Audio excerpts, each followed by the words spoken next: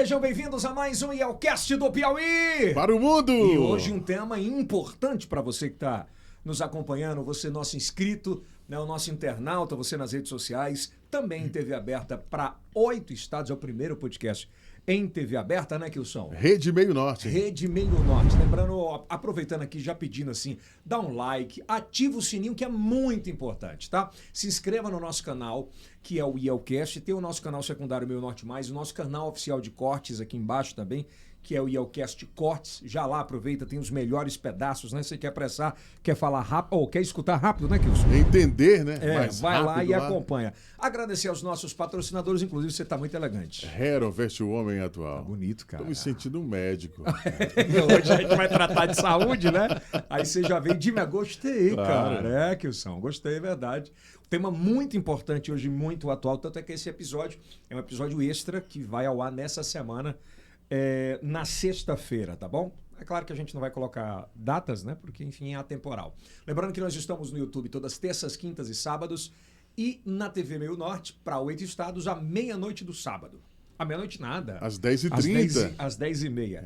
Agradecer aos nossos patrocinadores, a Formato. Se você é médico, advogado, quer ter sucesso, você tem que ter cadeiras da Formato, né? Formato é o sucesso, o case, mesa, né? Escritórios, consultórios. Formato. Tem que ter Formato. Corporation Office é o melhor e maior hoje de Teresina, tá bom? Agradecer a melhor internet do Brasil, Hora Telecom. Tá aqui o nosso querido Félix. E aí, Félix, beleza? Tudo bem, tranquilo. Tá tudo tranquilo, Tô Félix? com medo do coronavírus. Tem mesmo, meu patrão. Essa variante que nós vamos tratar hoje aqui, ela tá cada vez mais perigosa. Agradecer a Favorita, a melhor bomba do mundo. Que bomba, hein? Que bomba, hein? Deliciosa. Ao Texano, o melhor restaurante do Meio Norte do As Brasil. iguarias, uma panelada maravilhosa, hein?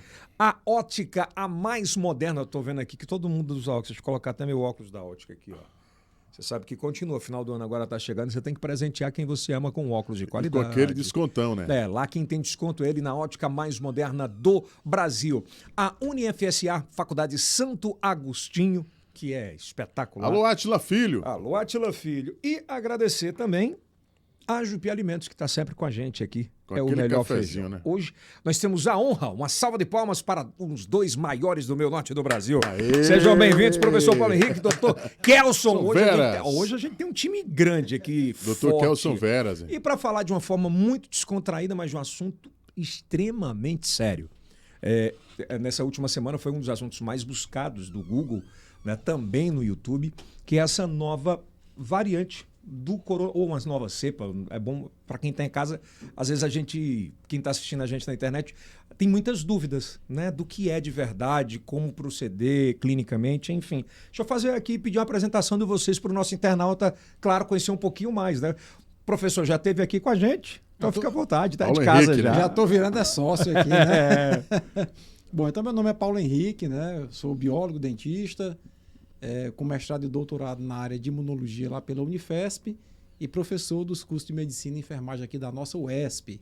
Que é a faculdade aqui do estado Do estado do do Piauí. Piauí. Dr. Kelson. Veras. Eu sou Radialista. infectologista. Não.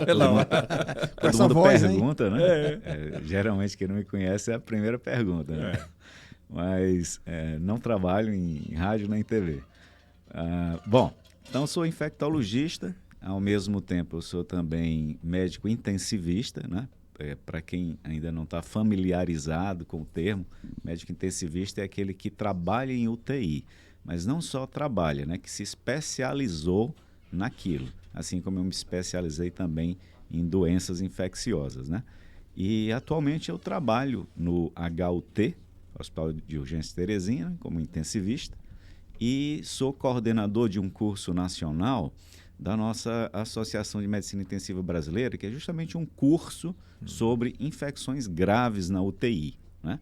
Onde uma das aulas mais importantes atualmente está sendo realmente a de Covid-19. Covid-19, que é um negócio que a gente vai passar muito tempo ainda para conseguir ter uma tranquilidade ou conseguir nos livrar um pouco mais. Vamos começar com o professor. O professor foi um dos primeiros a alertar, ainda no início da pandemia, sobre a pandemia e tem feito uma campanha na internet de alerta sobre essa nova variante Omicron. É isso mesmo? Fala? Omicron. Professor, É meio louco, assim, que o leigo, muitas vezes, fica escutando muito na televisão. A gente tá apavorado. Eu conheço gente que tá completamente apavorado com isso. Vai todo mundo morrer de novo, né? Vai dar merda de novo. O que é que tem dito a comunidade científica até agora aí? E eu estava falando com o Kelson aqui antes, que no dia 20 de janeiro de 2020, com base até no informe da Sociedade Brasileira de Infectologia, que naquela época já alertava, nós estávamos vivendo uma epidemia em Wuhan, mas ela já ganhava características de pandemia, porque estava se espalhando ali pela Ásia, tinha chegado na Europa. E aí no dia 26 de janeiro do ano passado, eu joguei um vídeo no YouTube dizendo, olha, essa epidemia está assumindo características de pandemia, que é uma epidemia global. A Sociedade Brasileira de Infectologia emitiu um alerta, um boletim, e é bom o Ministério da Saúde, o Ministério da Economia adotarem planos de contingenciamento. Aqui no Brasil pouco foi feito em relação ao que foi feito em outros países. A doença chegou e foi avassaladora no ano passado. A gente sentiu o impacto disso na saúde de uma maneira muito direta. Mas eu penso que ainda é muito cedo para nós termos uma apreensão ao ponto de chegar ao pânico que algumas pessoas estão demonstrando em relação a essa nova variante Ômicron, né? A própria médica que atendeu os primeiros casos da Ômicron na África do Sul, né, ela relatou que a doença era uma doença basicamente com sinais e sintomas diferentes da Covid clássica, que era basicamente pessoas jovens, universitários e crianças, relatando fadiga e dor no corpo, tá certo? Então, eu acho que nós precisamos ainda de algumas semanas para observar o comportamento, primeiro, das vacinas, como que países que têm o mesmo nível de vacinação que o Brasil tem, 60%, vão se comportar em relação ao número de casos novos em relação a essa variante. E como as diferentes faixas etárias vão responder ao contato com esse vírus, né? Então, eu acho que ainda é cedo. Nós precisamos talvez de umas 2 ou 3 semanas. Pois eu imagino, como médico que tem se visto infectologista, como foi naquela época entender o coronavírus, né? A gente está falando do mesmo vírus, agora com muitas mutações. Como é que um médico identifica? A gente teve a primeira médica, mas como é que o médico identifica que é alguma coisa diferente do que ela já estava vendo ali? Quando aumenta o número de casos de uma doença incomum ou de uma doença que é comum, mas não é tão frequente, né? Então, por exemplo, creio que em 2015, 2016, agora já me falha a memória, de repente nos nossos consultórios a gente começou a ver gente chegando todo vermelho, se coçando, né? E a gente nunca tinha visto uma epidemia de uma doença desse tipo, né? E posteriormente, após pesquisa, se descobriu que era um vírus que já é conhecido há décadas, né? E que tinha chegado ao Brasil e causado uma grande epidemia. Estou falando do Zika vírus, né? Da Zika, né? Então, quando você começa a detectar manifestações incomuns, como, por exemplo, muita gente tendo pneumonia, como foi o caso lá de Wuhan, isso não é comum aumentar de repente tanta gente com insuficiência respiratória por pneumonia, né? Então, isso acende um sinal que alguma coisa estranha está acontecendo. É meio louco, né? Porque a gente já vem de um trauma e quando você começa a dar uma queda, você começa a ver que a vacina está funcionando. Aqui no Brasil é prova clássica disso. Eu imagino se a gente tivesse tido vacina, né, doutor? Lá em dezembro. Hoje a gente estava já bem... Seria uma situação bem diferente, né? Muitas vidas teriam sido poupadas, com certeza. E o incrível é que nós temos um instituto como o Butantan, que há mais de 120 anos trabalha o desenvolvimento de vacinas para o Brasil, é referência mundial em produção de vacinas. Nós temos um outro instituto que é a Fiocruz, também muito referenciado em produção vacinal. E é incrível como nós não conseguimos aqui no Brasil valorizar essas iniciativas históricas que nós temos. O Brasil deveria ter sido um dos primeiros países do mundo a produzir vacina contra Concordo, a Covid, Paulo Henrique, né? concordo inteiramente, viu? É lamentável ter se visto, né, pessoas desestimulando a pesquisa de vacina, como que foi visto, por exemplo, da Butantan, né, da Coronavac. É um patrimônio brasileiro, né, cara? Não dá para pensar diferente. É né? um patrimônio, e se nós pensarmos em termos, doutor Kelson, de pandemia, e o que está ocorrendo com a Ômicron é o reflexo disso, as pessoas em saúde pública compreendem que ninguém vive numa bolha. Você está exposto o tempo todo às mazelas dos mais vulneráveis, né? Então, se você, por exemplo, começa a vacinar só os países ricos, e eles começam a fazer estoque, e os países pobres são negligenciados, porque a África não tem nem condição financeira de adquirir doses suficientes, tampouco tem expertise em vacinar, logística para vacinar. Precisaria de ajuda dos países ricos. Aí começam a aparecer variantes na África, porque o coronavírus lá se multiplica e circula muito rapidamente, sofre mutação, e isso vai chegar até os países ricos. Caramba, é louco. Doutor, você acha que essa é a última variante? Não, de forma alguma.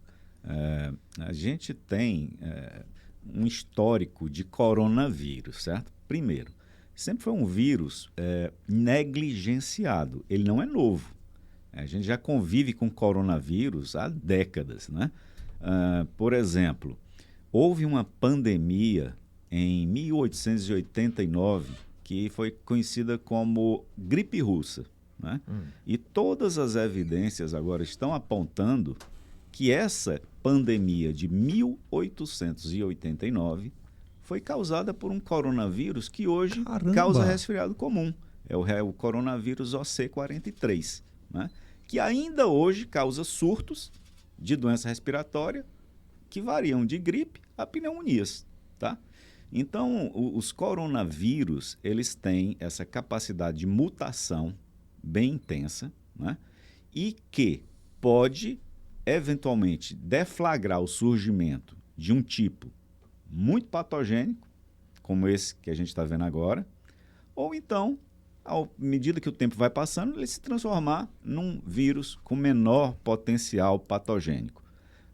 Por exemplo, eu quero lembrar que em 2002, né, nós aqui, médicos, a gente passou pelo mesmo sufoco que a gente passou em termos de preocupação do que iria acontecer com a Covid-19. Em 2002 surgiu o coronavírus, que hoje a gente chama de SARS-CoV-1, né?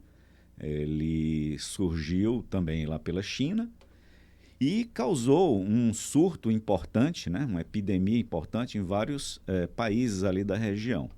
E esse vírus, a UTI, por exemplo, só para ter uma noção de como a gente estava acompanhando já naquela época e se preparando para ele se espalhar pelo mundo, a UTI que hoje existe no Natan Portela foi investimento, foi... Na época, para segurar já a peteca toda... para ser a UTI de referência do estado do Piauí em 2002, contra esse gravíssimo coronavírus que estava com tudo indicando que ia causar uma pandemia. O que não dá, assim... Quem é leigo mesmo, que eu sou, quem está lá na periferia, não entende como é que já existiam outros e esse foi tão avassalador, né? Eu vejo assim, por exemplo, teve o SARS, né, o primeiro de 2002, ele matava muito, né, e rápido. Né? Também. Tanto as doenças, não tinha tanta forma assintomática, não tinha tanta forma leve, era mais forma grave e rápida. Já vinha... Então, um vírus que mata o hospedeiro, né, é um vírus que não tem sucesso evolutivo. Isso é uma máxima, né, que o professor Paulo Henrique conhece bem. Ele não se espalha, porque ele mata o hospedeiro antes de se espalhar. Isso. Esse vírus agora, ele passa 14 dias, em média, de incubação, assintomático mais ou menos uma semana, não é isso, doutor? E a pessoa vai espalhando por aí o vírus. Tô bem, tô beleza. 5 dias... A maioria das pessoas passam 5 dias espalhando o vírus sem ele próprio se sentir doente. Então, isso favorece, né? Favorece. Essa disseminação pelo mundo. E o incrível é que a gente vê muito nas redes sociais hoje, doutor, a questão das pessoas dizerem essas vacinas que produziram contra a Covid são vacinas experimentais porque foram produzidas em pouco tempo. Não.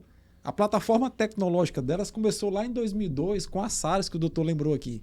Ou seja, lá quando teve aquele surto de SARS em 2002, houve uma corrida mundial de produção de vacinas porque estava se esperando um cenário muito ruim. E aquela plataforma tecnológica foi basicamente reaproveitada para ganhar velocidade na produção das vacinas. É uma pergunta meio louca, mas vou fazer porque é interessante a gente fazer. Em outras pandemias, nós não tínhamos as redes sociais tão fortes, né? Onde a gente tinha tanta geração de conteúdo individual de gente que não é cientista, que não é médico, que não estudou para aquilo, mas ao mesmo tempo sabia de tudo sobre coronavírus. O que é que há de positivo em relação a isso? O que é que há de negativo em relação a isso? Queria a opinião dos dois aí. Tá, basicamente eu estava até dizendo aqui nos bastidores que eu cresci nas redes sociais com a pandemia. porque como a minha formação é na área de microimuno e parasito, eu vi ali uma possibilidade de tentar contestar uma série de fake news. E aí tanto o YouTube como o TikTok cresceu muito eu colocando conteúdo de linguagem simples. Mas eu acho positivo por quê? Porque você termina disseminando a informação verdadeira mais rapidamente, mas o ponto negativo que talvez se contrabalança com esse, e talvez seja até mais importante, é o das fake news. Tem muita gente que perde o tempo só de produzir fake news e fake news convincentes. Sabe por que eu fiz essa pergunta, doutor e professor? Porque, e Kilson também. Porque antigamente a responsabilidade de imprensa ela sempre foi muito forte. Se você ia para uma televisão, você colocava uma notícia dizendo, por exemplo, a vacina não funciona. Você sofre pena sobre isso. Isso. Não é muito forte. Assim, como é uma concessão pública. E em outras pandemias, quando se tinha na televisão, disse, tem que tomar vacina. Você via filas e filas e filas para tomar vacina. E hoje a gente vê muito pouco de punição nessa área de rede social quando você dissemina essa fake news. Por isso que eu fiz. Mas fake news na época das pandemias, e essa não é a última, não é a primeira, nem vai ser a última, sempre existiu. Eu estava também comentando aqui que eu tenho um grande colega médico, que é o Dr. Luiz Ayrton, mastologista, que dá aula de História da Medicina, e ele disse, olha, em todas as histórias de pandemia, tiveram charlatões, aproveitadores, apenas o veículo de disseminação dessas ideias foi que mudou.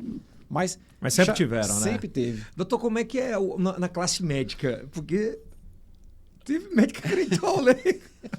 E disseminou, né? Só voltando a essa questão de fake news, né? Se a gente olha, por exemplo, a revolta da vacina no Rio de Janeiro, no Rio de Janeiro, contra as medidas de saneamento que o Oswaldo Cruz fez e que controlaram a febre amarela, que era uma praga naquele tempo, né? Febre amarela dentro das cidades, né? Então, diziam o quê? Que aquela vacina que o Oswaldo Cruz estava administrando fariam as pessoas se transformarem em vacas. Isso. E tinha nos jornais... então não é novo, não. Nada. A história do jacaré não é nova. Não existe nada de novo debaixo do sol, né? Não. Já diz o livro. Isso. A história de virar... Então não é... Na febre amarela, o cara ia virar vaca. Era. Com charges em jornais, dos chifres crescendo, entendeu? Do rabo nascendo, etc. E eu coloquei para o Putz, eu coloquei essa eu não sabia, não. Não, e deixa eu dizer mais uma. E qual era o remédio que era recomendado? Quinino. O que é quinino? Cloroquina. É o precursor da cloroquina. Puta que pariu. Quer dizer que é a mesma história.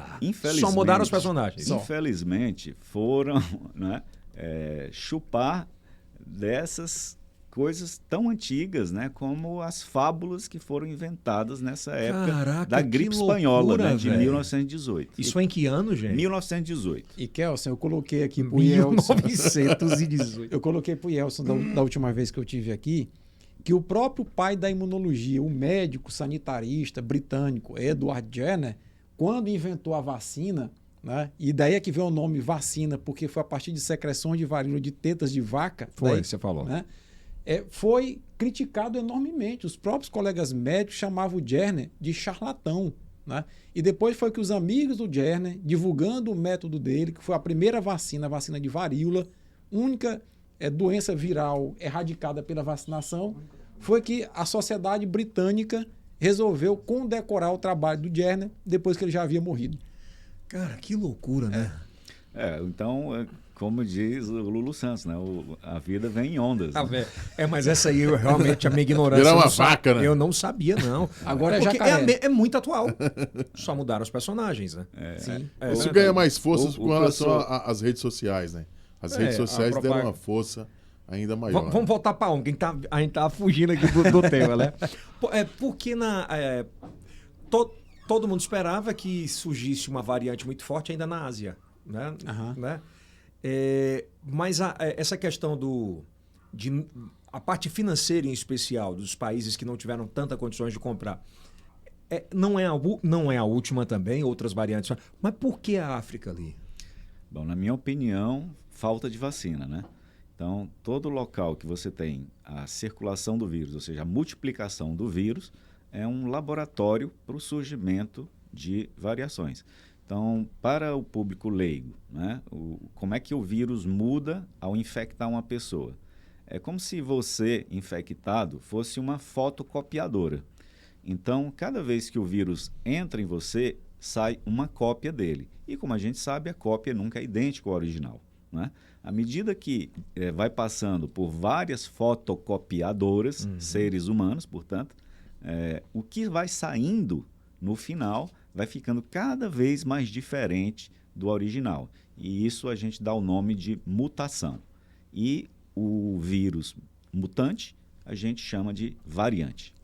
A pergunta que eu vi muito hoje, inclusive lá no programa de TV, muita gente perguntando se e é o seguinte, se a gente tivesse ido para a rua lá atrás, todo mundo já tinha pegue, porque estão falando que, por exemplo, alguns países começaram a aumentar agora nessa nova variante porque eles não tiveram contato, ficaram reclusos, né?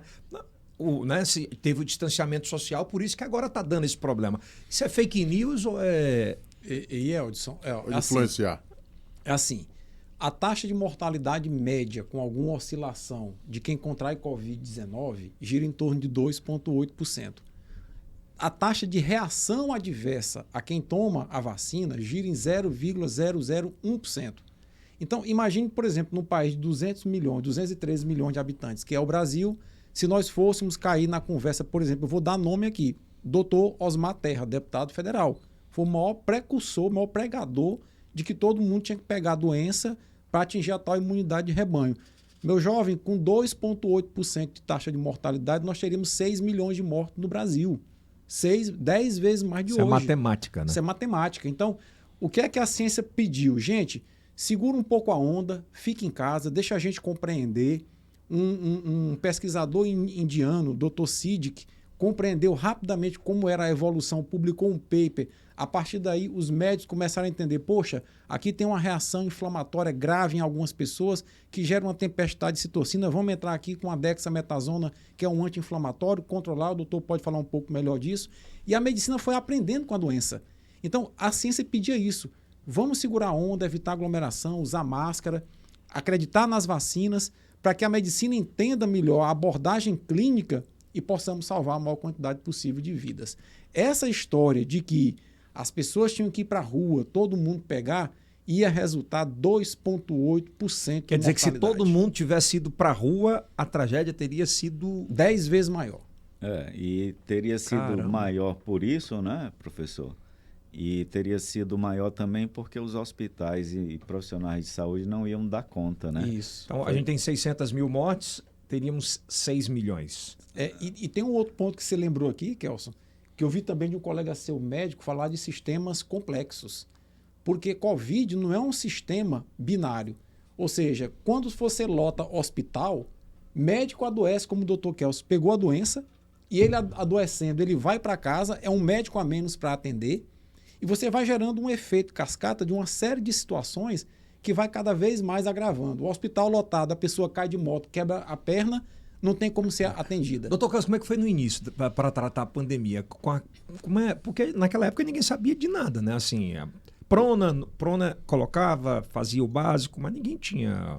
Bem no começo mesmo, o pior que teve foi o medo de cuidar do paciente, né? Então, o tipo de precaução que as pessoas que trabalhavam com o doente grave tomavam, né, era de usar uma vestimenta que lhe cobria o corpo todo, de tomar banho após tirar essa vestimenta, proteção com visores. Ou seja, hoje, né, com a maior parte dos profissionais de saúde já vacinados, com... muitos já tendo tido e ficado recuperados, né? A gente vê que os profissionais que estão lá nas UTIs de Covid hoje em dia já é uma coisa bem mais tranquila, né? Bem mais amena, a forma de lidar com o paciente. Mas no comecinho mesmo... Era desesperador, né? Mesmo? Era desesperador. Você lembra de algum caso específico assim que te chamou muita atenção, que o paciente estava bem e... Na realidade, a gente... teve diversos casos dessa maneira, né? Que pessoas completamente ígidas, né? E pessoas sem nenhuma doença muito importante, até da nossa proximidade, em 10 dias de você conversar com essa pessoa, em 10 dias depois essa pessoa estava enterrada, né? Estava morta. Chocante, né? Foi muito chocante, né? E foi chocante também assim, por exemplo, eu mesmo profissional, antes de ter contato com casos lá na UTI, eu me vi olhando para o céu, entendeu? Perguntando o que é que vai ser de mim, né? O que é que vai ser da minha família. Porque você pensa nos filhos, né? A questão da família. Nos filhos. Muitos colegas seus passaram semanas, às vezes até meses, em quarto de hotéis sem ir para casa, né? De fato, sim. Teve colegas que tiveram que fazer isso. Eu perdi um cunhado, né? Um menino novo, maravilhoso, um pai de família espetacular. Pegou, segundo ele mesmo relatou, num supermercado e não acreditava muito. E insistia em não ir para o hospital. Eu disse, não vou, febre, tosse. Não vou. Quando foi, acho que foram 5 dias. 5, 6 dias. E pior ainda, né? Aqueles casos de bem no começo mesmo do ano de 2020, né? De filhos que, devido ao lockdown, voltaram do Rio de Janeiro, de São Paulo, maior saudade dos pais, né? E beijos e abraços, e poucos dias depois, estava pai e mãe morto, né? Ou de sobrinho que viajou de um lugar porque estava com muita saudade da tia, da avó. Putz, meu pai pegou, meu tio meu foi visitá-lo. E hoje, no dia eu fiquei muito magoado, muito triste. Pô, o velho estava 7 meses sem ver ninguém da família. Aí bate lá na porta, carente, doido para receber alguém. Aí o cara disse, não, eu tô bem, não tem sintoma. O cara disse, bora tomar cerveja aqui. Que é uma grande loucura, né? E o que é que a ciência tem falado nessas primeiras fases agora, nessas primeiras semanas, os primeiros dias da Ômicron? Assim, tanto na parte de medicina de tratamento, quanto nessa parte de infecção. Eu concordo muito com a abordagem, não sei se o Dr. Kelsen vai na mesma linha, de alguns países como o Japão, como o Reino Unido, a Alemanha, que estão determinando realmente medidas mais rígidas. Porque a questão 3 perguntas, até o Dr. Pedro Alau, que é um grande epidemiologista, ex-reitor da Universidade de Pelotas, andou falando ontem, há 3 questões que nós precisamos responder a essa altura. A primeira questão essa variante, ela é mais transmissível que a Delta? Aparentemente sim, porque o pico de crescimento dela na África do Sul, em que pese ser um país com apenas 24% de pessoas vacinadas, foi muito intenso. Ele chamou de um foguete, né? A segunda pergunta essa nova variante, ela é mais letal que as anteriores? A taxa de mortalidade dela vai ser maior? A segunda pergunta a gente não tem como responder ainda, tem que aguardar um pouco mais. Quanto tempo, média, doutor? Umas 2, 3 semanas. Pelo menos acredito. Ideia, né?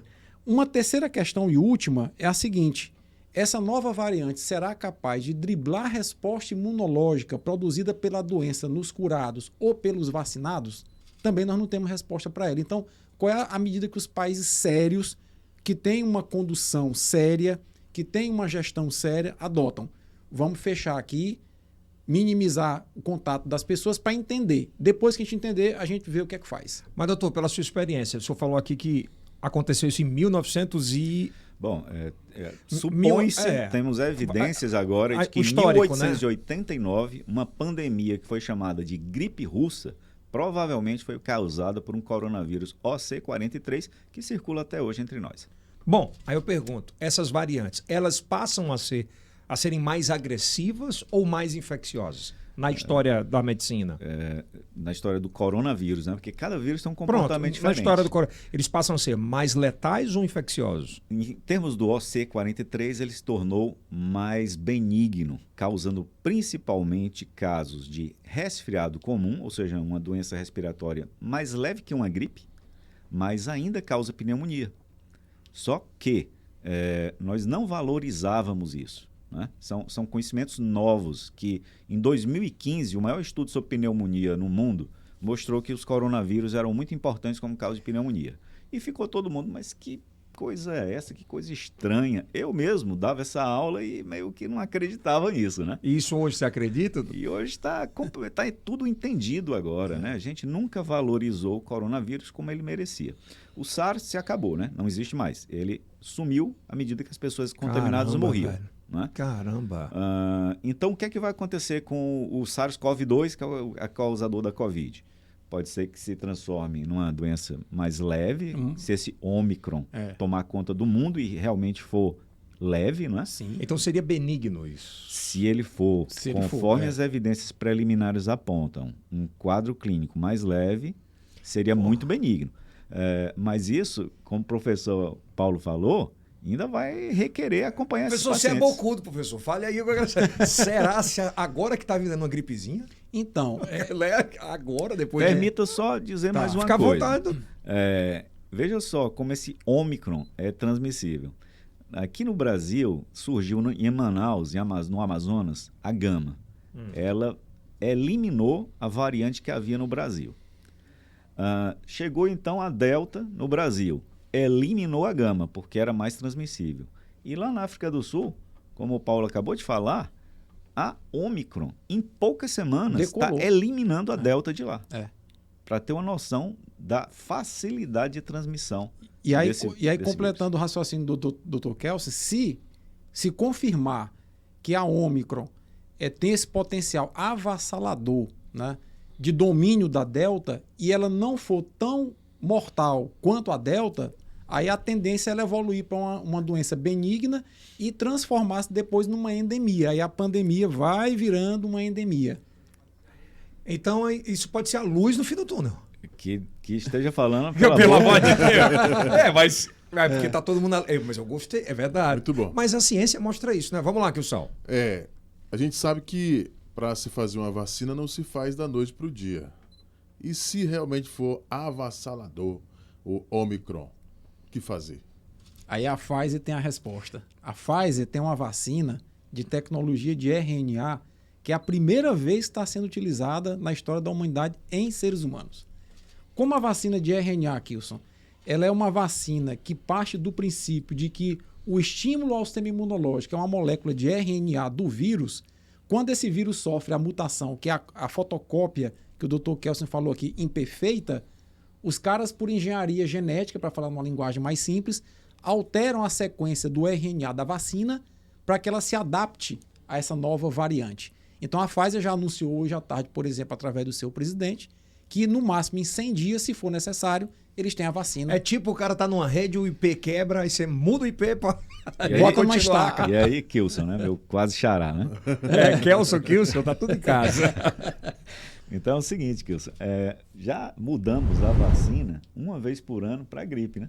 Todo ano é feita uma vacina nova, porque o vírus muda o suficiente para a vacina do ano anterior não funcionar. Perfeito. Então isso tá... Cara, eu fiquei muito feliz com essa analogia que a gente fez aqui, porque eu não vi ninguém falar sobre isso, inclusive no Brasil. Mas aí, calma lá. Não, eu sei, mas porque a gente tem muito tom de alerta, né? Isso, a gente tem que ser bem responsável para... As pessoas estão muito machucadas, né, doutor? Não deixar mais apreensão às pessoas, mas ao mesmo tempo pedir responsabilidade. Eu vou caminhar aqui na Raul Lopes, é incrível como as pessoas ainda caminham sem máscara. Por exemplo, para os dois, justifica o fechamento das barreiras, ou das fronteiras hoje? Eu acho que no momento, sim. No momento nós precisamos compreender. Vai que a variante Ômicron, além de ser mais transmissível, ela é muito mais letal. Tá? Então a gente não sabe, então nós temos que ter responsabilidade. Eu iria mais longe, nós temos um ministro piauiense na Casa Civil, Ciro Nogueira, com quem eu tive a honra de disputar a vaga do Senado, quase que eu ganho dele, né, em 2018. Mas ele tomou a atitude correta. Mas ele tomou, só que eu iria mais além. Na minha opinião, a essa altura, pelo menos pelas próximas 2 semanas, o Brasil deveria trancar suas fronteiras aéreas para todos os países com casos confirmados da Ômicron. E não só país africano, porque é muito interessante o seguinte: o mundo inteiro faz estoque de vacina, os países ricos, negligenciam a África, fica um laboratório lá, céu aberto, para produzir uma variante como a Ômicron, e aí depois a resposta para o mundo é: se virem com a variante de vocês, vamos trancar o mundo para vocês. Isso já aconteceu em outros tempos, doutor? Sempre as vacinas, elas vão primeiro para os países ricos, a não ser quando são na época de teste, né? Onde aí você pega... Pega lá, vamos testar todo mundo agora. Lamentavelmente, vai para a África, né? É verdade. Para testar o que você não conhece ainda. Mas em relação à pergunta, é preocupante sim a Ômicron, viu? Vale todas essas medidas de tentar retardar a chegada dela aqui, porque essa suspeita que possa ser leve é baseada apenas em observação testemunhos, né? De um médico, de uma médica, né? Então, considera-se na ciência que a opinião de um especialista é o nível de evidência mais baixo que existe de evidência científica. Mas Kelson, esse time, a ciência mostra o quê? Por exemplo, identificou a variante, fechou, começou o tratamento. Tem um time assim, quanto tempo em média para a ciência começar a dizer assim, não, ela não é tão letal? Você tem que observar um determinado número de casos grandes, né? Então, com 20, 30 casos não dá para você concluir sobre isso, né? Até porque normalmente a COVID ela é grave em cerca de 5% dos casos, né?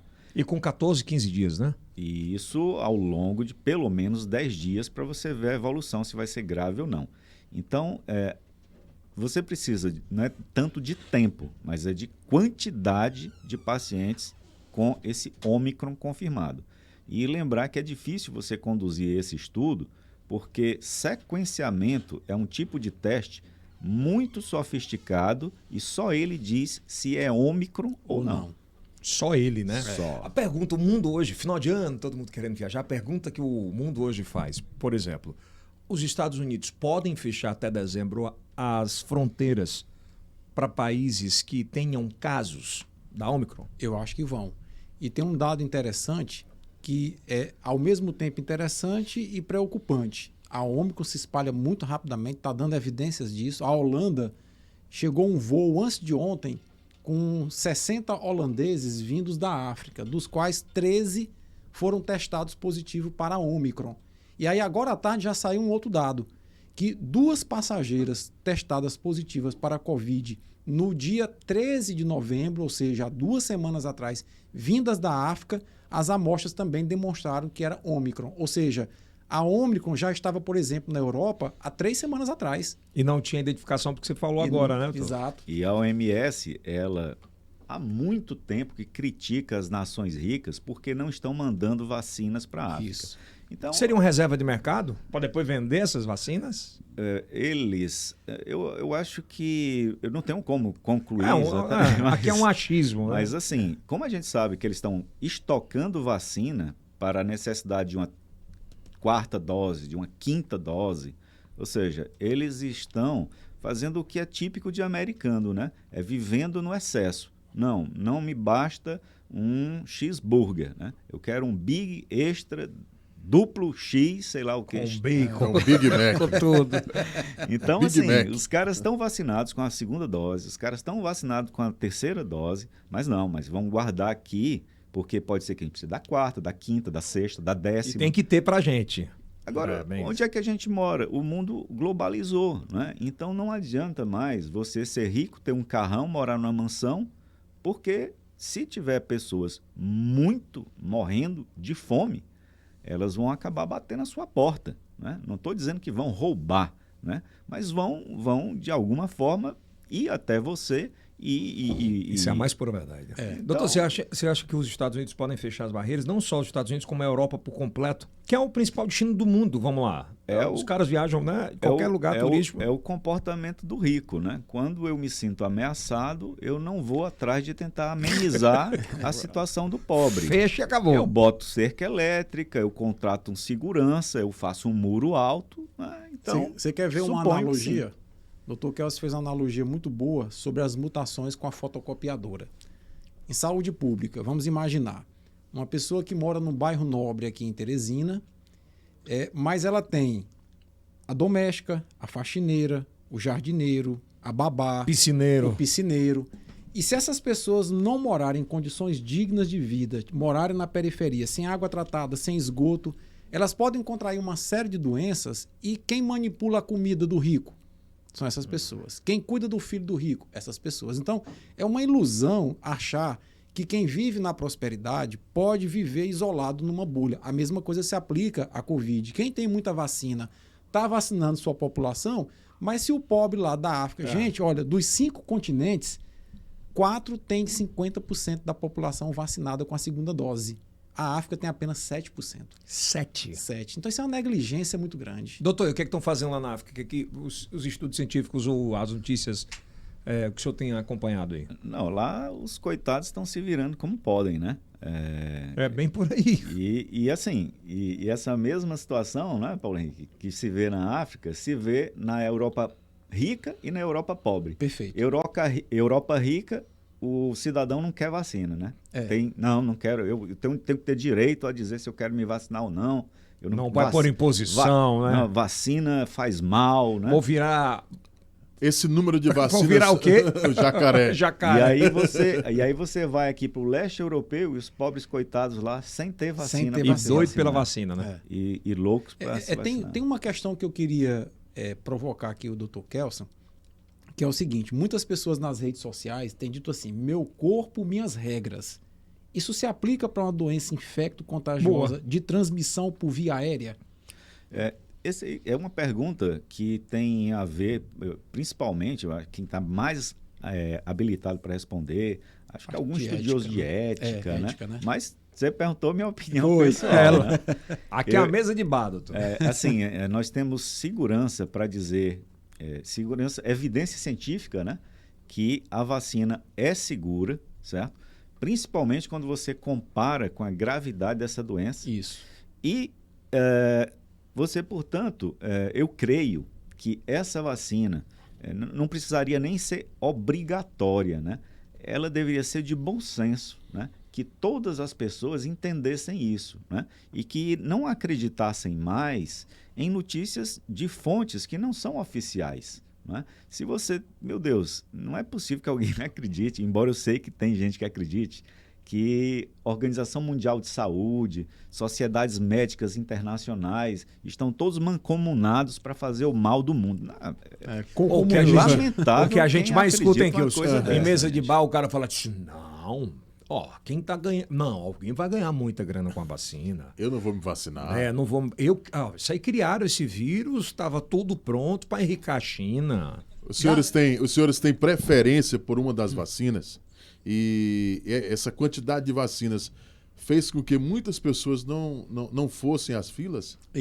Kilson, eu vou duas coisinhas. Primeiro, provocando aqui, respondendo a provocação do Yeldson. Eu, por várias vezes nas minhas redes sociais, quando defendo as vacinas, os haters dizem assim, você está ganhando quanto do laboratório? E respondendo, eu acho que vacina boa é aquela que está no braço. Embora a Coronavac tenha uma taxa de proteção de 50,3%, mas o nível de proteção dela contra doença grave e morte é altíssimo, é acima de 90%. Então, a Coronavac é o feijão com arroz das vacinas. A quantidade de vidas que ela salvou antes da Pfizer chegar, por exemplo. Fantástico, né? Eu tomei a AstraZeneca, mas se fosse a Coronavac eu teria tomado do mesmo jeito, né? Então, o que nós temos que compreender é que vacinação é uma estratégia coletiva, como está ficando claro com a Ômicron. Ela não é uma estratégia individual de países ou de continentes. Ou se vacina a média global necessária a conter a circulação do vírus, uma pandemia vai ser arrastada. Uma pergunta, doutor. Por exemplo, a Ômicron é o maior exemplo para o mundo da negligência sobre a vacina. Vacina rico, pobre que se foda. Bem dito, bem falado, viu? Você colocou muito bem. É o maior exemplo para o mundo? Concordo inteiramente. Por quê? Você, para ter o surgimento de variantes que podem ser, inclusive, mais letais, você precisa de gente em condições de adoecer. Caramba, a velha história da fotocópia, né? Então, você precisa de gente com capacidade de replicar o vírus, ou seja, você não pode estar vacinado. Então, você se contamina e passa para várias outras pessoas que não estão vacinadas também. É muito louco, né? Como é que ainda não tem alguém que acredite que a vacina salva, velho? Passaporte da vacina, por exemplo, agora no final do ano, né? A gente está vendo os estados, a maioria deles e há uma dubiedade, assim, tem um paralelo. Eu tenho visto, mas festa pública não vai ter, mas privada vai. Porque no privado você consegue exigir. Só entra com o passaporte da vacina. Eu vou sair aqui da área médica, né, e dizer uma coisa. A politização da doença foi o que causou tudo isso, né? Eu acho que creio que todo mundo concorda, Foi. né? É o básico. Então, veja só, os governantes deveriam ter sido informados que eles não são culpados do surgimento de pandemia. Nenhum Perfeito. governante. Perfeito. Né? Nem o nosso, nem o dos Estados Unidos, nem o da China, nenhum é culpado da pandemia ter surgido. E quando uma pandemia surge, ela vai ser devastadora na economia. Não é culpa do presidente.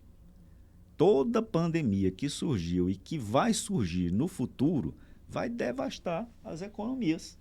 Isso é algo que a história mostra. Então, os governantes não deveriam se sentir culpados do que aconteceu, deveriam ter seguido a ciência e deveriam ter dito o seguinte: olha, sabemos que o país está passando por uma situação dificílima, mas nós estamos envidando todos os esforços para controlar. Tenho certeza que qualquer governante que tivesse passado esse tipo de mensagem estaria muito bem na fita, na foto. Você falou hoje em aqui dia. é isso, aquilo, né? É aquilo que nós falamos da outra vez. Repercutiu Se esse o nosso, e vai repercutir agora de novo. Alô, furo aí no IELCast. Arroche. Né? Se o nosso PR tivesse lá no ano passado assumido esse comportamento que o Dr. Kelson está dizendo aqui, Tem o que PR, eu disse eu falo, da deu outra vez, nomes. o Jair Bolsonaro. Ah. E tivesse chamado todos os governadores, gente, uma ameaça está vindo para o nosso país. O meu papel enquanto presidente é defender a população dessa ameaça. Vamos reunir aqui os secretários de Estado de Saúde, com o ministro da Saúde, ministro da Defesa, e vamos chamar os cientistas, que o Brasil tem cientistas competentíssimos, e ver o que é que nós podemos fazer. Vamos seguir o que a ciência determinar. Nós teríamos hoje poupado 400 mil mortos, Concordo. mil vidas no Eu país. concordo inteiramente. Você com acha o que não Paulo teve uma Henrique. hora que ele quis voltar? Não, disse, porra, passei da conta aqui. Vou voltar. Aí, Eu não faço ideia, E ele- mas que foi responsável pelo que a gente está vendo, puxa, eu não posso assumir que essa doença existe, eu não posso assumir Isso. que eu preciso tomar medidas, não, eu tenho que enfiar a cabeça num buraco, fingir que ela não existe, fingir que ela não mata, começar a acreditar que medicamento para malária cura vírus.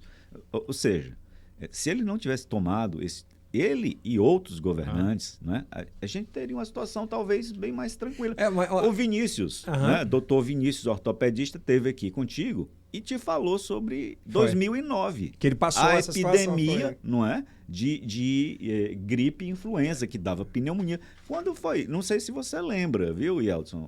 O professor Paulo Henrique lembra muito bem. Naquela época, ninguém questionou máscara. Não. Ninguém que tentou usar cloroquina, entendeu? Ninguém questionou. Acreditaram na ciência, né? Sim.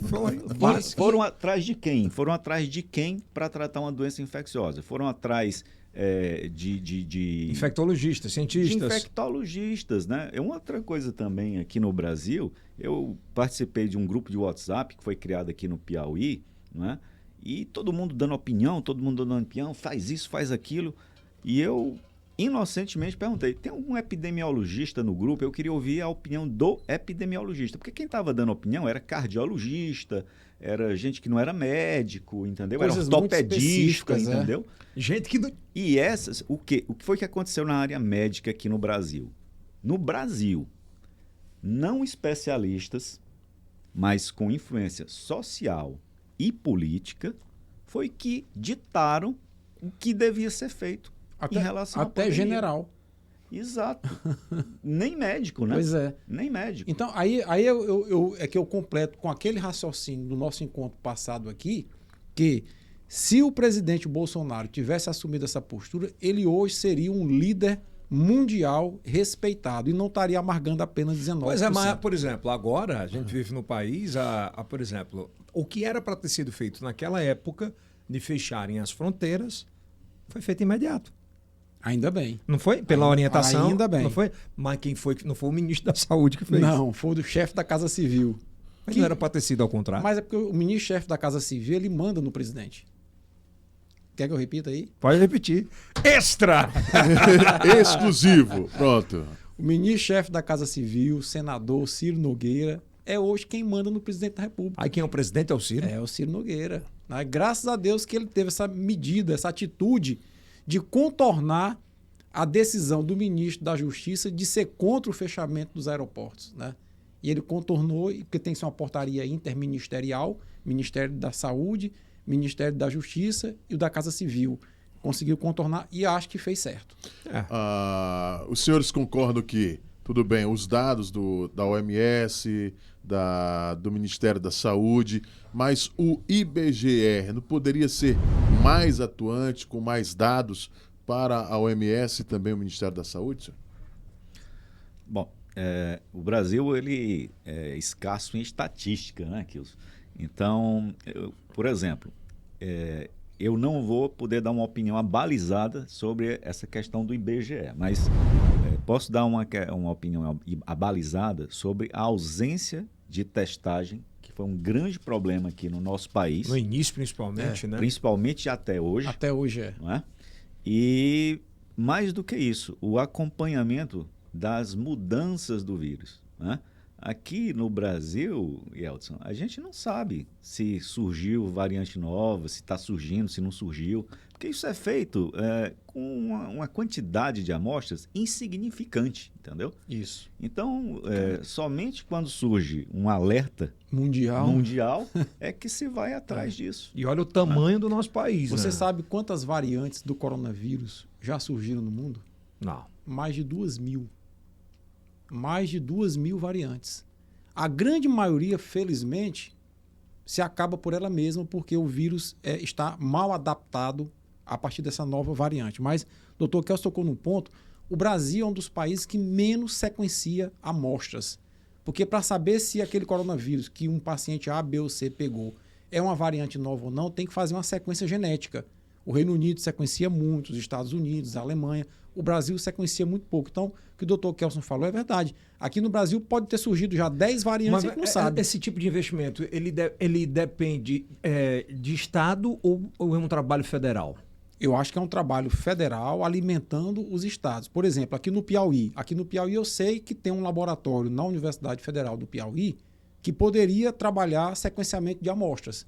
Mas para fazer o sequenciamento de amostras, tem que ter equipamento, que lá tem, pessoal treinado, que lá tem, mas tem que ter insumos. Tá? Ou seja, reagentes, enzima de restrição. Então, tudo isso custa muito caro porque é em dólar. Então, o Ministério da Saúde deveria ter em cada Daqui estado... vai para a Bahia, né?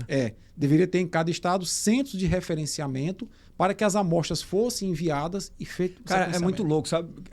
Em maio, quando eu vacinei fora, para a gente sair, por exemplo, nos Estados Unidos, para você, Kilson, migrar de um estado para o outro, você tinha exigência de teste PCR. Você não podia. Se você saía, por exemplo, da Flórida e queria chegar ali em Nova York, você só entrava se testasse 72 horas. Era cada um protegendo E o seu território. E PCR que você provavelmente recebia no máximo em um dia, não é isso? Não, lá é o seguinte, é meio louco isso. Aqui a gente pagava na época do PCR, para você fazer, acho que era 350, 400 pau. Era por aí, era. Lá eles separavam os convention centers, né, que são os grandes, e o exército fazia de graça. Você só ia no site e dizia, não precisava ter visto nada. Você precisava estar em solo americano. Aqui, qual é o teste que foi disponibilizado? É o que é mais fácil de se conseguir, é o antígeno, cujo resultado negativo não confirma que você não está com Covid. Né? É meio louco, né? Então, o PCR, que devia estar disseminado realmente, conforme lá nos Estados Unidos, porque isso causaria menos mortes, isso tem impacto financeiro, econômico. Eu toquei nesse assunto? Porque lá, eu posso estar errado, né? Mas o que eu entendi que é uma operação de guerra. E quando tem guerra, quem é que entra? O exército. É uma operação. Era massa, assim, é muito louco você ver o engajamento. É uma situação de calamidade que devia ter sido tratada no Brasil como tal. E não foi completamente tratada como tal. Era um momento de que reservas financeiras deviam ter sido usadas para... Eu fico imaginando quantas pessoas, rapaz, passaram fome, dificuldades dos mais diversos tipos, porque não tinham dinheiro, porque não podiam trabalhar. Então é o seguinte, eu critico o lockdown, eu sou contra o lockdown. Por que muitas pessoas disseram que eram contra o lockdown? Porque eles precisavam de dinheiro para comer. Então, tinha que ter tido lockdown, mas tinha que ter tido o dinheiro para quem está fazendo o lockdown. que esse dinheiro existe e era para ser usado numa situação de extrema calamidade, Verdade. que é essa que a gente passamos, né? E estamos numa situação agora bem melhor. Dava para ter... Tinha essa grana, pessoal? Tinha. O Lula deixou muita grana aí, né? Digo, vai lá, não. Já que ele vai mostrar a máscara dele aqui, como é Bom, deles. Consta que existe uma reserva, né, no Brasil, uma reserva financeira, que ela tem que ser mantida, né, e que você não pode lançar mão desse dinheiro Que é para o equilíbrio cambial. para o equilíbrio cambial. É. Infelizmente, esse equilíbrio cambial tinha que ter sido mandado para o espaço. É verdade. Para os dois, né? Essas novas medicações que foram aprovadas pela Anvisa, o que ela pode representar daqui para frente? Eu acho que é um alento bom, porque algumas delas, né? Como o Molnupiravir, por exemplo. Como? Tem Molnupiravir. É porque tá longe o mic aí. Molnupiravir, né? É um remédio que tem uma boa perspectiva, né? Mas eu acho que tudo ainda é muito novo nesse cenário, né? Embora as agências regulatórias, como o FDA, como a Agência Europeia de Medicamentos, a própria Anvisa, né, tenham aprovado alguns medicamentos, mas ainda nós precisamos, principalmente o pessoal que está lá na clínica, na ponta, precisa ver o comportamento na grande massa, né? Bom, então isso é bem promissor, o que o Paulo Henrique falou, né? Isso é uma das coisas que está mais me animando, né? Mais me deixando cheio de expectativa no momento, é essa nova medicação que ela é capaz de inibir a replicação do vírus da Covid. Não é a cloroquina, né? E não é cloroquina, e nem é ivermectina. Isso. Ela foi feita da mesma forma que foram feitos os remédios para HIV, Isso. da mesma forma que foram feitos os remédios para hepatite C, que hoje nós curamos a hepatite C. Como é que ele atua, doutor? Olha, para o vírus se replicar, ele precisa de umas enzimas, umas substâncias químicas que são só dele, nós não temos. O vírus depende exclusivamente dessas substâncias. Se você inibe essas substâncias do vírus, ele não se replica. Ele pode até infectar a célula, mas ele não consegue se multiplicar. Perfeito. Então, foi assim que a gente tem remédio hoje para curar a hepatite C. HIV. É assim que hoje a gente mantém o HIV sob controle total, né? Com esse mesmo tipo de medicação. Sempre, cada uma dirigido para o vírus específico. Essa já tá autorizada. Olha, essa foi fantástica. Essa o professor Paulo Henrique aqui está lançando aí talvez para o seu público em primeira mão, né? Mas os resultados foram muito promissores. Muito. Viu? E chega quando? Bom, na verdade, tudo depende do fabricante, porque a demanda global é muito grande, né? Mas como o professor Kelson, doutor Kelson disse, Você acha que o ministro da Casa Civil vai comprar antes? com o poder que ele tem, ele compra. Tem mais poder que o presidente, então ele pode comprar, né? Agora, é um medicamento que... como é que ele é usado? Como é que ele... Comprimido. É comprimido. É um inibidor de protease, inibe a Você enzima está do doente, vírus. você está comprovado que você contraiu a Covid, né? Se não me engano, até 5 dias, né? Até 5 dias, você toma aquela medicação e ela impede que o vírus se multiplique e, portanto, a doença se torne grave. Diferente da vacina que não pode ser vendida, ele vai poder ser vendido na farmácia? Essa questão... É uma pergunta, né? É bem provável que não. Né? Deve ter alto custo e, inicialmente, deve ser reservada para aqueles casos de alto risco, né? Pessoas com comorbidades severas, né? Creio eu. Né? Creio eu. Porque senão as pessoas, se for levado para a farmácia, vai cair naquilo da ivermectina. Todo mundo vai correr e comprar. Todo mundo vai correr e comprar. O laboratório da ivermectina faturou 1000% a mais esse ano do que no ano passado, né? Então, eu acho que tem que ter um controle Só maior. tomou ivermectina? Eu não tomei. Ele atua em casos graves? Ele evita que Casos o caso graves. se Fique torne grave. grave. Ele não, se já estiver grave, não. Qual o Aí, nome do medicamento? É Molnupiravir. Monopiravir. É o nome. Monopiravir. Eu confesso que ainda não decorei, ainda dá nó na minha língua quando eu tento falar. M-O-L, Molnupiravir. E é interessante que ele vem combinado com a medicação chamada Ritonavir, que a Isso. gente usa para HIV, né? Exato. Então, junta os dois para potencializar a ação. Todos os Isso. dois atuam no mesmo tipo de substância do vírus. Pela história, pela experiência, isso deve estar disponível para o público em quantos meses ou anos? Eu acho que nos Estados Não. Unidos liberou já. Já está É. sob avaliação A do FDA liberou já. Não sei se o FDA liberou, mas sei que já foi apresentado. Lá nos Estados Unidos, o FDA já liberou, né, em alguns... É porque é emergencial. E aí o que é que acontece? Para que a gente possa entender, e as pessoas estão acompanhando também, quando a pessoa contrai o coronavírus, aquela primeira semana, é a semana infecciosa. É a semana que o vírus está se multiplicando intensamente. Por isso que a pessoa não sente nada. Na segunda semana tem uma transição e é aquela carga viral maior, muitos vírus no pulmão principalmente. Aí começa a haver uma resposta inflamatória. Aí é que em algumas pessoas dá falta de ar, dá alguma alteração. Doutor, doutor? o Ômicron, né? O que é que o mundo tem falado sobre sintomas especiais? Ele, assim, como é que funciona? Ele é infectado e o que é que a história tem dito aí? Tem uma médica, né, sul-africana que Você falou, até o professor falou. o Paulo falou também, né, que essa pessoa teve uma experiência com um grande número de casos e ela encontrou casos com sintomas mais assim, de dor no corpo, dor de cabeça. Essas pessoas não tinham sintomas de gripe e nem tinham alteração no paladar nem no olfato. Mas eu repito, né, é pouca É gente precoce ainda, né? para você dizer Vai lá, que é todo Kilson. mundo assim. Pra gente fechar. No pico da pandemia, né, no platô ali, aquela situação, as farmácias, todo mundo correram, as pessoas correram para as farmácias. E lá a correria era por vitamina C. Todo mundo correu atrás da vitamina C. O que dizer da vitamina C? Ajudou mesmo ou não? Não, cientificamente a gente não tem evidências que ela modifique a evolução natural, né? A vitamina C é um sucesso desde que Linus Pauling descobriu, né? E ele era um ávido consumidor, diz que consumia toneladas por ano de vitamina C, né? Então existe toda uma lenda a respeito de propriedades das vitaminas, outras substâncias, né, desse tipo, mas nós não temos realmente comprovação por estudo que isso modifique a evolução de nenhuma doença. Tem uma doença muito grave, viu, chamada sepse, né?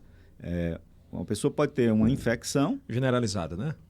uma infecção, né, e só isso. Mas a pessoa essa infecção ela pode também causar uma reação inflamatória generalizado. O que é generalizado não é infecção, é a reação inflamatória. Aí a gente chama de sepse. E recentemente alguns colegas médicos, né, do exterior, eles inventaram aí um programa misturando tiamina, misturando vitamina C, né, e que chegamos a usar no Brasil, no mundo todo, né, porque esse cara era muito bem conceituado. Na hora que você foi fazer um estudo grande com aquela terapêutica, mostrou-se que não tinha absolutamente nenhuma ação. Ficou no achismo dele. Mas pessoas que têm grande repercussão social, de mídia ou no meio médico, podem influenciar, mesmo sem resultados robustos. O que é uma merda um negócio desse, né? Pro bem e pro mal. E pro mal, né? Eu tenho um amigo meu que ele disse, olha, se eu tiver com alho é muito bom. Se eu consumir muito alho, eu não vou ter doença. Rapaz, ele chegava perto de mim, era o puro alho no meio da pandemia. Se não, a imunidade não tem. A imunidade fica alta se eu consumir. Era pó, era alho. O melhor remédio para a imunidade é, sabe o quê? Atividade física regular, dormir bem, tá certo? E se alimentar de forma equilibrada. Aí você tá tranquilo na imunidade. Que o som de hoje nós não estamos nesse rumo ainda, não. Vai ter que melhorar. Estamos longe, né? O que mudou? O que mudou nos hospitais? Quais foram os avanços? Os profissionais? Qual é o protocolo Muitos morreram. Qual é o protocolo Isso utilizado? Boa. Na área vermelha, né? Olha só, se todo mal traz um bem. A Covid, o que foi que ela trouxe de bem em termos de saúde, né, nos hospitais, por exemplo, foi o fato que formou muita gente em atender paciente grave. Então, hoje, nós temos pessoal capacitado de trabalhar em UTI é uma raridade no país, né? E com a necessidade de cuidados intensivos que esses pacientes de Covid têm, hoje você tem mais enfermeiros, mais médicos, mais fisioterapeutas preparados para lidar com doentes graves de qualquer natureza, de qualquer outra causa. Eu tenho uma dúvida aqui, e aí o senhor pode colocar. No início da pandemia se preconizou muito a respiração artificial, entubar o paciente, né? Na sua experiência hospitalar de UTI, né? Paciente de Covid no ano passado e esse ano, o percentual de intubação diminuiu? Né? Diminuiu assustadoramente, né? Graças a Deus. Por quê, doutor? É o seguinte, a gente não estava acostumado a ver pessoas com tão pouco oxigênio no sangue e estarem bem, conversando, falando no celular, A hipóxia sorrindo. silenciosa, né? A hipóxia silenciosa. A gente não estava acostumado com isso, de ver isso. Então, quando a gente via uma pessoa com baixa oxigenação, a conduta era clara, entubar e colocar num ventilador Isso mecânico. era o padrão. Era o padrão, né? Só que quando você põe uma pessoa num ventilador mecânico, você a coloca sob o risco de lesão do pulmão pelo próprio ar que é injetado nos pulmões pelo ventilador e de infecção, pneumonia hospitalar. Então, isso contribuiu para a morte de muitos, né? À medida que a gente viu que era possível a pessoa se recuperar sem ser entubado, e através de medidas que a gente chama não invasivas, isso fez uma revolução no tratamento da Covid Muitas grave. pessoas morreram pela intubação, doutor? Não exatamente pela intubação, mas por complicações Da intubação. decorrentes disso. E eu tenho uma outra pergunta aqui. Passa, meu irmão. É a mesa de bar. nós vamos aproveitar aqui o nosso Passa. intensivista. Abordagem também terapêutica, ou seja, o tipo de medicação que era usado no ano passado para cá. Também houve algum ajuste, alguma Pois é, mudança? os protocolos alguma eles evolução? mudaram, Isso. né? O grande acréscimo foi o corticoide, não é? Então, Ele começou a ser usado depois de quanto tempo, doutor? Nos protocolos? infelizmente, ele começou a ser usado precocemente na pandemia de forma errada, não é? Ele era usado para pessoas que não tinham forma grave, pensando que assim evitava de ter a forma grave. Quando, na realidade, se você usa um corticoide que suprime a resposta imunológica para quem não está grave, isso faz com que a pessoa possa É um rebote, né? um resultado pior na realidade, né? Então, o corticoide, foi a primeira droga que se comprovou cientificamente de forma forte que tinha um impacto muito bom em diminuir a mortalidade, né? E, finalmente, depois vieram drogas que já existiam para inibir resposta imunológica, que a gente usava para tratar doença autoimune, como, por exemplo, a artrite reumatoide, né? Aí Quais medicamentos? Eu cito principalmente o mais usado no mundo inteiro, que é o tocilizumab, né? Essa medicação, ela também foi comprovada por uma gama de estudos muito bem feitos, né? Que nesse paciente que está não grave, já entubado, já em fase muito adiantada, mas aquele paciente que está com baixa oxigenação, precisando de oxigênio suplementar em altas doses, que essa medicação também muda a evolução E ela da doença. inflacionou pra caramba, né? É a ampola, né? É a ampola. É a ampola. E aí eu tenho uma terceira pergunta para Rasga, arrematar. fale. Então, assim, diante dessa constatação de que o uso de ventilação mecânica, entubar, como as pessoas, foi reduzida, nos ajustes do medicamento que foram dados. E só para explicar, né, Paulo Henrique, para a população, que a gente não deixou de entubar quem precisa, né? Isso. A gente pensava, pela experiência anterior de outras doenças, que quem tinha pouco oxigênio, digamos, 100%, né, no máximo, de oxigenação do sangue, a gente pensava que quem chegava com 80, 88, era obrigatório entubar. Aí a gente descobriu Hoje qual é a não. nova regra? Hoje a nova regra é o seguinte: você só vai entubar se esse paciente perde a consciência devido a hipóxia, né? Se esse paciente não responde ao oxigênio de outras maneiras e principalmente se ele começa a mostrar cansaço, ou seja, sinais físicos de que está fadigada a musculatura respiratória. Pois não. E aí, assim, diante dessa constatação de que a medicina ao longo desse tempo, principalmente os profissionais da linha de frente, aprenderam com a doença e ajustaram protocolos de intubação, protocolos medicamentosos e, por tabela, vem o adjuvante da vacina, de criar um padrão de resposta imune. A gente sabe que algumas pessoas vacinadas podem contrair o coronavírus. Esse mix de ações ao longo do ano, na sua opinião, teve um impacto na redução da mortalidade da Covid, na ocupação de leitos? Com certeza, né? Todo o início de doença desconhecida, a gente não tem as condutas com melhor resultado e isso acaba impactando na vida das pessoas, no resultado que se obtém. Mas isso é natural, compreensível, uma vez que realmente, no começo, era tudo desconhecido mesmo.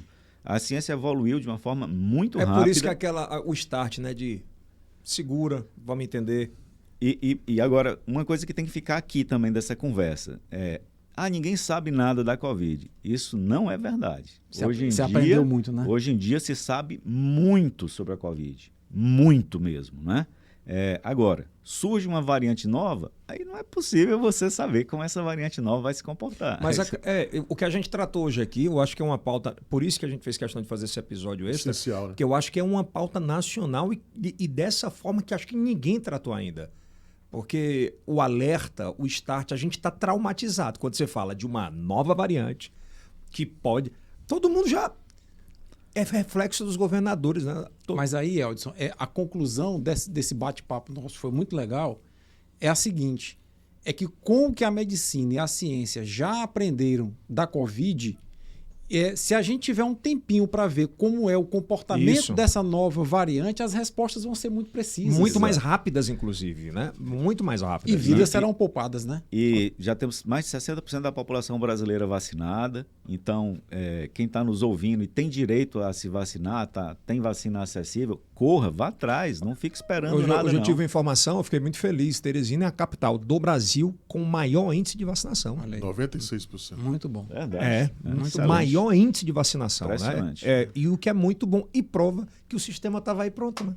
E quem também, mesmo vacinado, mas já tem algum tempo de vacinação, lembrar que quando você está muito perto, né, de uma outra pessoa, usar máscara, né? Se você não estiver respeitando aquela distância de pelo menos 2 metros de uma pessoa para outra, usar máscara. Só lembrando que aqui está todo mundo vacinado e testado. Então está todo mundo ok. E outra coisa, o que a gente pode fazer, principalmente para evitar pegar Ômicron, Delta, Gama, Beta, é não fazer festa, porque se tem uma coisa que é dispensável no momento, que é adiável, é festa, certo?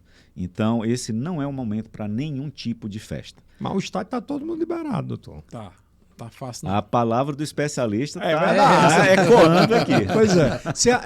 Por exemplo, o comprovante de vacina, só entrando vacinado, isso diminui os riscos? Certamente, a vacina é fantástica. Ela diminui muito o risco de você evoluir para uma doença grave e de morrer.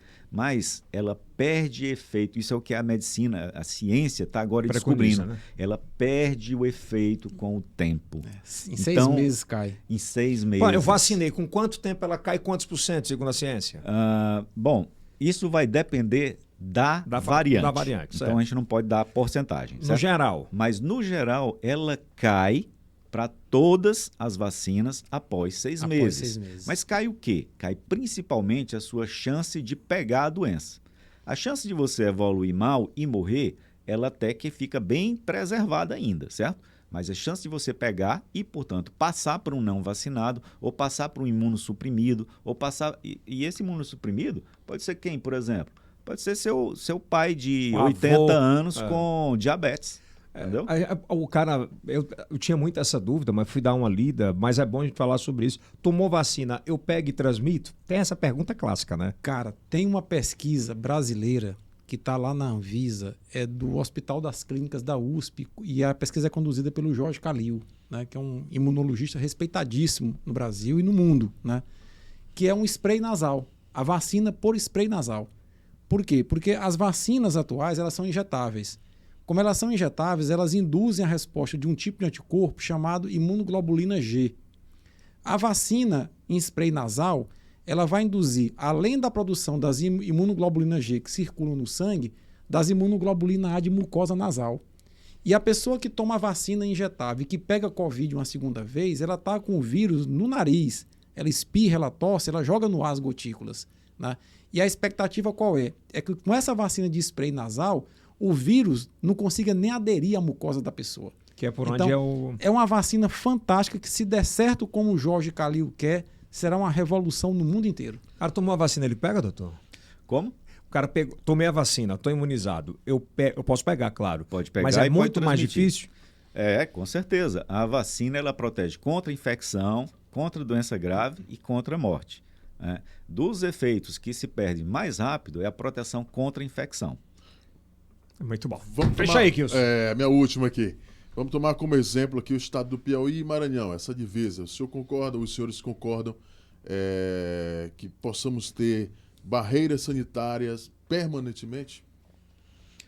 Quer responder, Paulo? Barreiras sanitárias permanentemente, eu acho que não, né? Eu acho que medidas extremas como barreira sanitária, lockdown, são medidas para situações emergenciais. Então, quando você vê que está havendo uma disparada no número de casos, quando você vê que vem uma variante nova que você não conhece ainda, aí eu acho que se justifica barreiras, se justifica lockdown. O que as pessoas não compreendem é que o lockdown não é para a vida toda.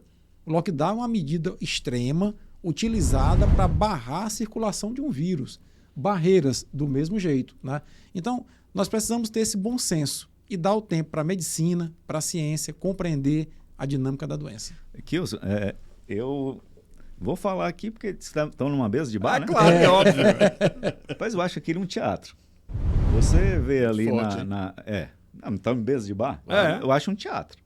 Você tá ali, vem atravessando, vindo de Timon para Teresina, vindo tá de na Caxias moto. para Teresina. Aí para todo mundo. Põe uma maquininha para ver sua temperatura, pergunta se você tá bem e manda embora. E se tiver assintomático, Gente, né? isso não é barreira de nada, gente. Barreira é como você passou. Faz o PCR. Em poucas horas tem um resultado. Deu negativo? Vai. Deu positivo? Agora você vai ficar aqui em quarentena. Eu posso Então, dar e lamentavelmente é teatro. E viu? ter esse negócio E eu de acho medir muito temperatura chato, é muito cara. complicado, né? Eu acho muito chato esse negócio, sabe, E a de gente governantes, atrasa aí, governantes, né? Colocarem essas coisas como se estivessem fazendo algo grandioso, importantíssimo, né? Quando, na realidade, eu acho que a gente tem que ser sincero com a população, entendeu? É teste. É teste. Não tem outra maneira. É teste, é máscara, é vacina, né? É evitar aglomeração. Evitar isso. espaços fechados, valorizar a ventilação natural. Cancela bem aí o termômetro aqui na porta. Agora é teste. Olha, tapete sanitizante. Espetacular. Tem que ter. Misericórdia. Esteira. Não, e é bonitinho, né? Fica um cara lá na fica porta, lá, todo tá. de terno, apontando pra dentro. você se sente protegido, né? Mas é teatro. A questão da transmissão do vírus quando pega nas coisas é bem verdade, né? A gente vê vídeos e... O delivery, né? É assim, vírus é um parasita intracelular. Ele só se multiplica dentro de célula.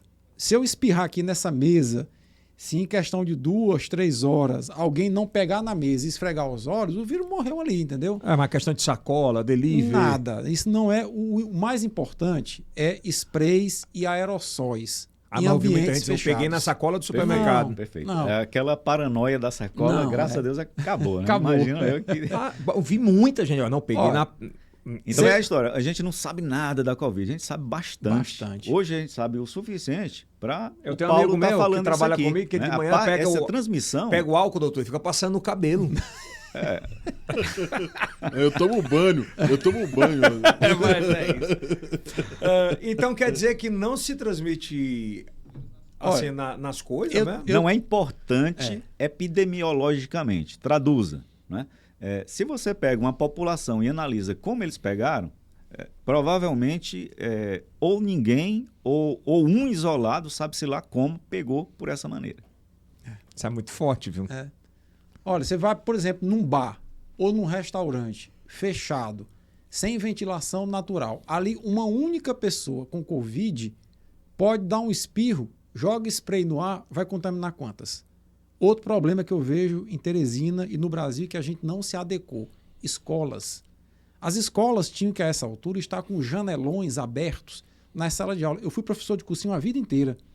E ainda hoje, em Teresina, tem escolas que são caixotes hermeticamente fechados, climatizados. Ali é um ambiente propício à propagação do vírus. E vamos Muito voltar bem, agora em Ronaldo. janeiro, né? Fevereiro, todo mundo volta e volta com tudo, né? A gente está prestes a um carnaval e um Réveillon, né? Réveillon e carnaval nessa sequência. A gente tem visto a maioria dos governadores cancelarem os eventos públicos, mas manterem os privados com 50%. Esse controle é importante? É importante. Carnaval vai ter que ser online, viu? Vai ter que ser... Terceiro ano online! Vai ter que ser live. Eu concordo. Como é que Kilson?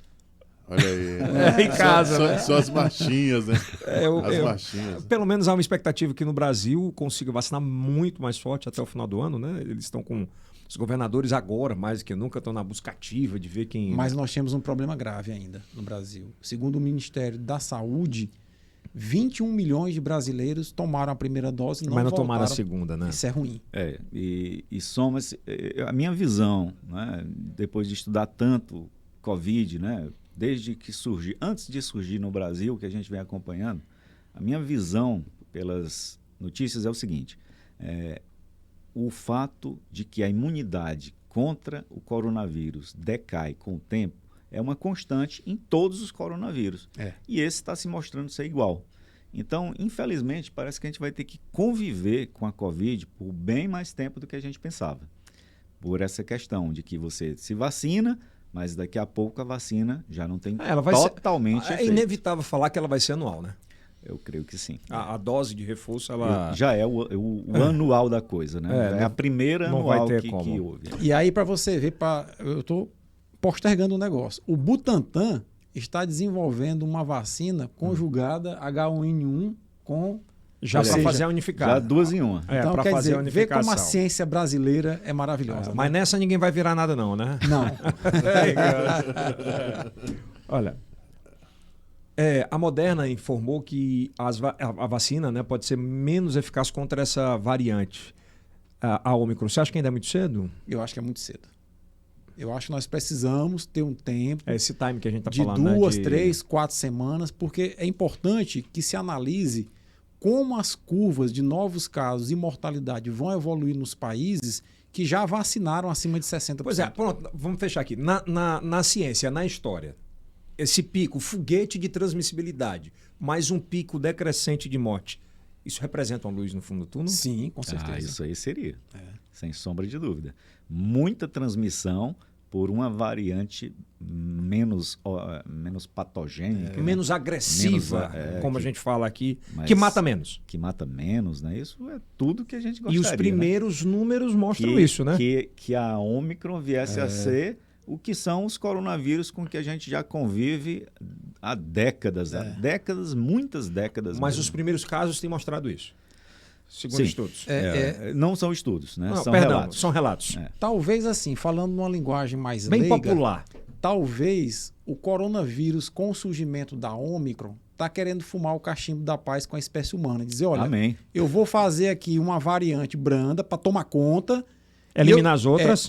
Eliminar as outras. Eu quero viver, me deixem viver, porque vocês estão vacinando. E eu deixo vocês viverem também. Vamos Boa. conviver. Gostei, Paulo. Você fale pela boca do humano. Boa. No final das contas, todo mundo quer sobreviver. Eles e nós, né? É verdade. Os vírus e nós. Vírus e nós. Já levaram tanta gente, né? Já deu, né? Espero que vocês tenham gostado. Gostaram do bate-papo? Bom Gostou da mesa de demais. bar? Agora marcar um final de semana para você tomar cerveja com a gente aqui, né? Obrigado, professor. Seu canal?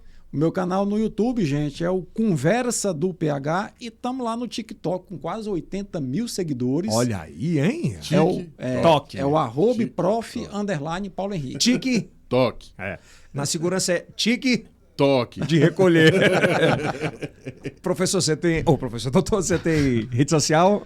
É só o Facebook e Instagram de sempre. Não né? pensa não em criar não pensa em criar um canal no YouTube? Não. Eu acho que é passou bacana, ainda pela minha cabeça. Seria um conteúdo maravilhoso. Tanta informação com Total, essa voz de acho que- locutor e essa didática não é boa. isso que eu tô falando. Pô, Tem uma muito didática. bom. Eu acho que é uma interessante. Eu acho que quanto mais bom conteúdo pro povo na internet, Com certeza. é um espetáculo. que eu tenho me dedicado, como eu falei no início do programa, né? É divulgar para os profissionais mediante esse curso de nível nacional que eu coordeno. Né? Pois é, mas tem muitos canais que tratam especificamente para profissionais. E isso me tira o tempo de uma maneira Qual é o assim, nome do impressionante. curso?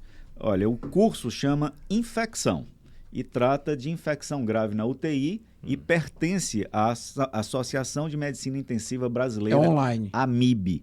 Ele era presencial, na E pandemia se transformou em online e estamos esperando poder voltar à forma isso aí. presencial. Só uma dúvida. O morcego brasileiro, nós não podemos ter medo, né? Olha, não, ele não tem relato que tenha surgido Como é que nada tá chegando? dele, não. Qual o viu? prato que está chegando aí, que agora? Não, peraí. Não, Obrigado, professor. Obrigado, doutor Kelso. Obrigado mesmo. Se inscreva no nosso canal, ativa o sininho. Vai lá nas nossas redes sociais. Lembrando que o nosso podcast também está em todas as plataformas de áudio, tá? Se você tá a fim de ouvir, seja numa viagem, né, Kilson? Tranquilamente. Faça que nem o Kilson vai viajar para Portugal se não tiver fechado até dezembro, né? De lá eu vou para Espanha. Se não tá tiver certo. fechado também. Se não tiver fechado. Quer comer uma moqueca? Moqueca é bom, né? Tu quer comer? Bom. Na Espanha você vai comer qual? Vai comer uma paella valenciana. A paella. Sim, sim. Se inscreva no nosso canal. Nós estamos no Spotify, no Google Podcast, Amazon Music, enfim, em todas as plataformas. E se liga, assiste o próximo Maratona Yelcast.